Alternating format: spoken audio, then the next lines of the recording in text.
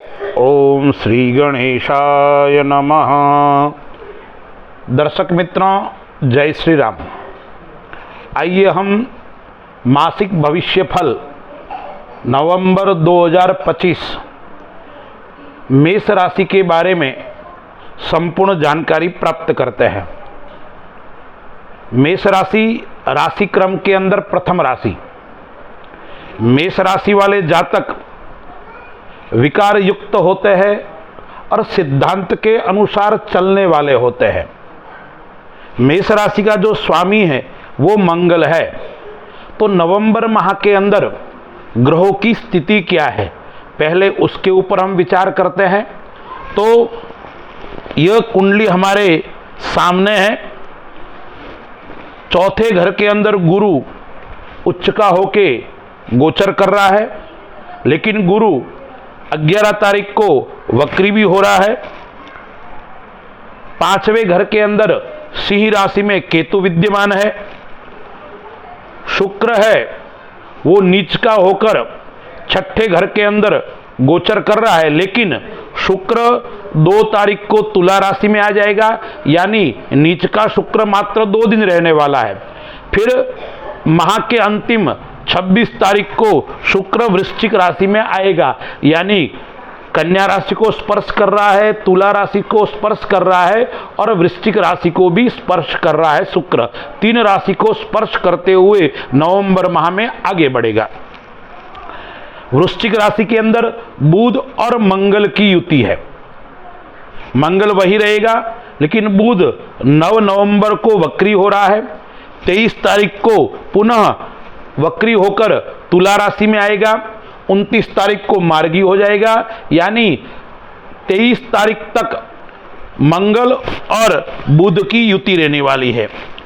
कुंभ राशि के अंदर एकादश स्थान के अंदर राहु विद्यमान है और न्याय का ग्रह शनि 12वें घर के अंदर गोचर कर रहा है।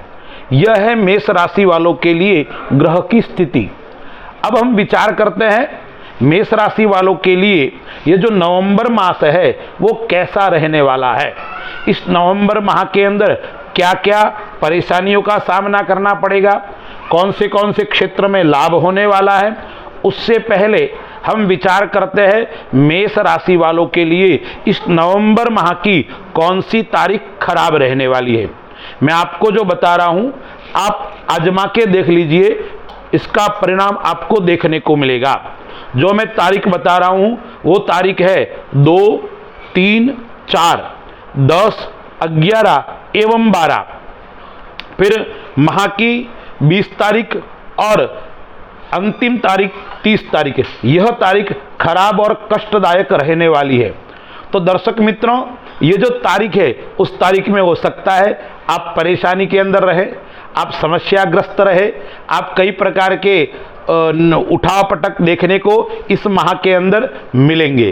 तो दर्शक मित्रों, हम विचार करते हैं मेष राशि वालों के लिए व्यापार की दृष्टि से यह महीना कैसा रहेगा।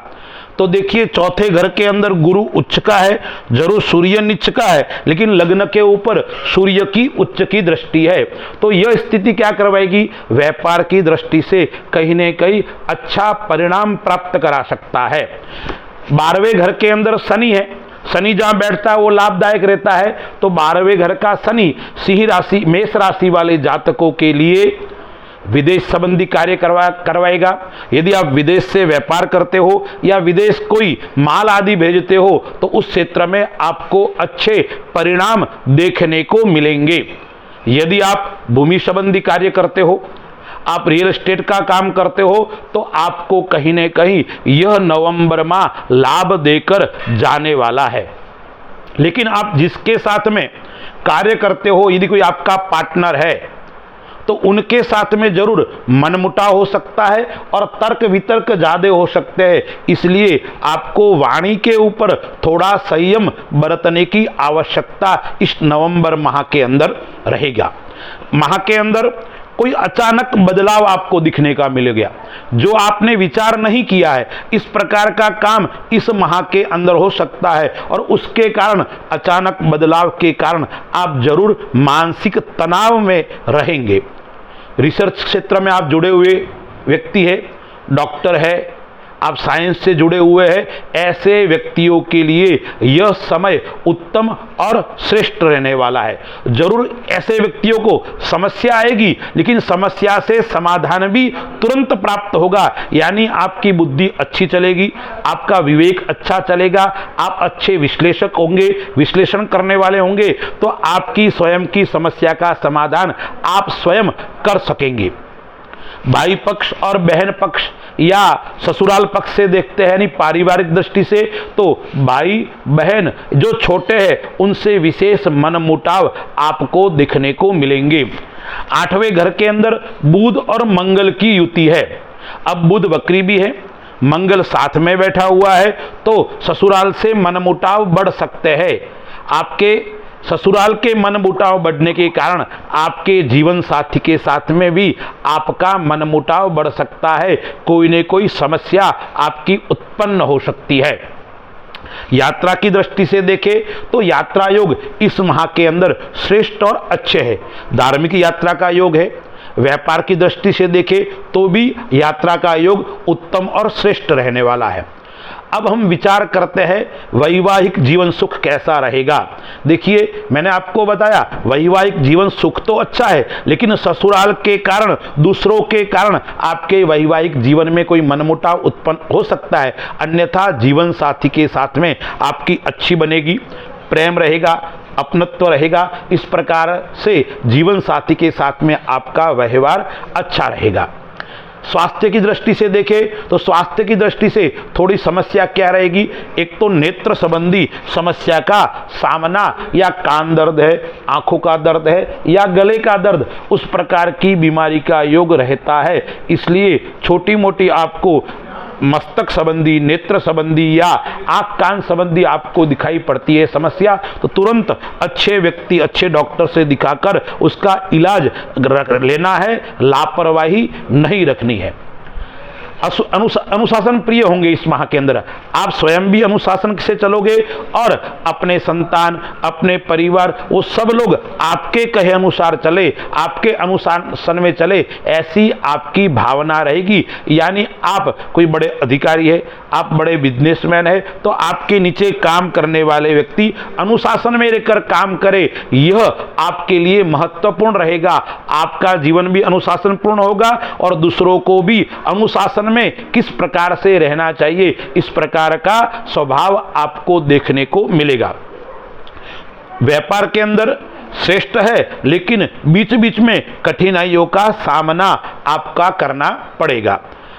अब सगाई और विवाह, जिन मेष राशि वाले जातक है जिनके विवाह के अंदर विलंब हो रहा है या सगाई नहीं हो रही है, ऐसे जातकों को इस माह के अंदर शुभ और श्रेष्ठ अच्छे समाचार आने वाले हैं। यानी आपके विवाह हो सकते हैं, आपकी सगाई हो सकती है, लेकिन एक बात का विशेष आपको ध्यान रखना पड़ेगा। आपको किसी की बातों में नहीं आना है, सोच विचार कर गहराई से सोचते हुए इस विवाह आदि, सगाई आदि का जो निर्णय है वो स्वयं को सोच विचार कर लेना है। किसी के ऊपर विश्वास आपको नहीं करना है। दूसरा, आर्थिक दृष्टि से, तो आर्थिक दृष्टि से व्यय स्थान के अंदर शनि महाराज बैठे हुए हैं, तो खर्चा बढ़ेगा, निरंतर खर्चा रहेगा। लेकिन 11वें घर में राहु भी है, तो 11वें घर का राहु शुभ और श्रेष्ठ भी माना गया है। धन का आगमन भी होगा और धन का व्यय भी होगा। तो हो सकता है आपको लोन लेना है तो मिल भी जाएगा। आप किसी को पैसे लेके उधार लिए हुए थे, वो चुकाने हैं तो वो चुकते भी हो जाएंगे। यानी आर्थिक दृष्टि से आपकी आय भी अच्छी है, तो खर्च भी आपका अच्छा और है, इसलिए चिंता करने की आवश्यकता आपको नहीं है। एक बात आपको और ध्यान रखना है, क्योंकि बुध और मंगल की युति कहां पर है? 8वें स्थान के ऊपर है।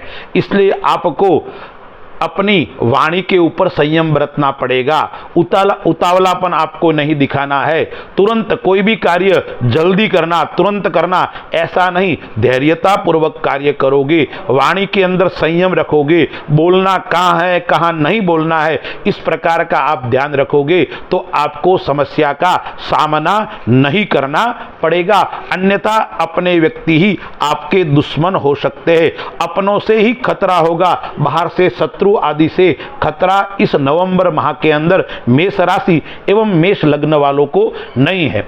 दर्शक मित्रों, अब आपको उपाय क्या क्या करना चाहिए, क्योंकि 8वां बुध और मंगल है, 12वां शनि है और चौथा गुरु है। चौथा, 8वां और 12वां ज्योतिष के अंदर अशुभ माना गया है। आपके राशि का स्वामी मंगल है, इसलिए मेष राशि वाले जातकों को विशेष करके अपने इष्ट की उपासना करनी है, हनुमान जी की उपासना करनी है और प्रत्येक मंगलवार के दिन प्रातःकाल उठकर स्नान आदि करके हनुमान जी के मंदिर में जाकर चमेली के तेल का दीपक करना है और वहां पर संकट मोचन के 7 पाठ करने हैं।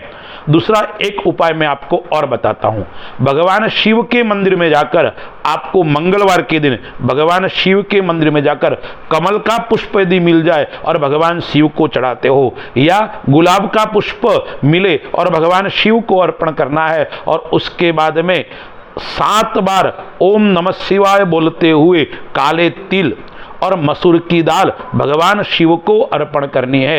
यह करोगे तो आपका मंगल जो 8वें स्थान के अंदर बैठा है वो भी मजबूत होगा और 12वें घर के अंदर शनि है जो थोड़ा परेशानी में डाल रहा है, वो परेशानी भी आपकी समाप्त होगी।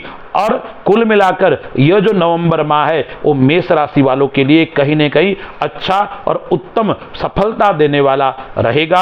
अस्तु, जय श्री राम।